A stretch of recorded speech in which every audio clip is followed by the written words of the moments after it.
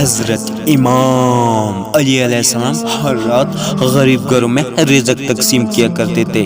آپ رزق تقسیم کرتے کرتے ایک جگہ پہنچے تو دیکھا ایک شخص دودھ پی کے فوراً سو رہا تھا۔ بس جیسے ہی امام علی علیہ السلام نے دیکھا تو آپ قریب گئے اور فرمانے لگے، اے بندہ خدا، یاد رکھنا میں نے اللہ کے رسول سے سنا کہ دودھ انسان کی جسم کے زہر کو ختم کرتا ہے، ہڈیوں کو مضبوط کرتا ہے، آنکھوں کو روشن کرتا ہے، جسم کی خشکی کو ابھرنے نہیں دیتا اور بیماریوں کے لیے دوا بن کے اسی جڑ سے مٹا دیتا ہے۔ لیکن یاد رکھنا یہ تب ہوتا ہے جب دودھ کو صحیح وقت پہ پیا جائے، وگرنہ یہی دودھ جسم کی بیماریوں کی وجہ بنتا ہے۔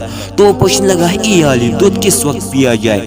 تو امام علی علیہ السلام نے فرمایا، اگر تم دودھ کے شفا سے شفایاب ہونا چاہتے ہو تو مغرب کی نماز کے بعد دودھ پی لیا کرو، تاکہ دودھ کا صحیح فائدہ آپ کے جسم کو میسر ہو، آپ کے جسم کو میسر ہو۔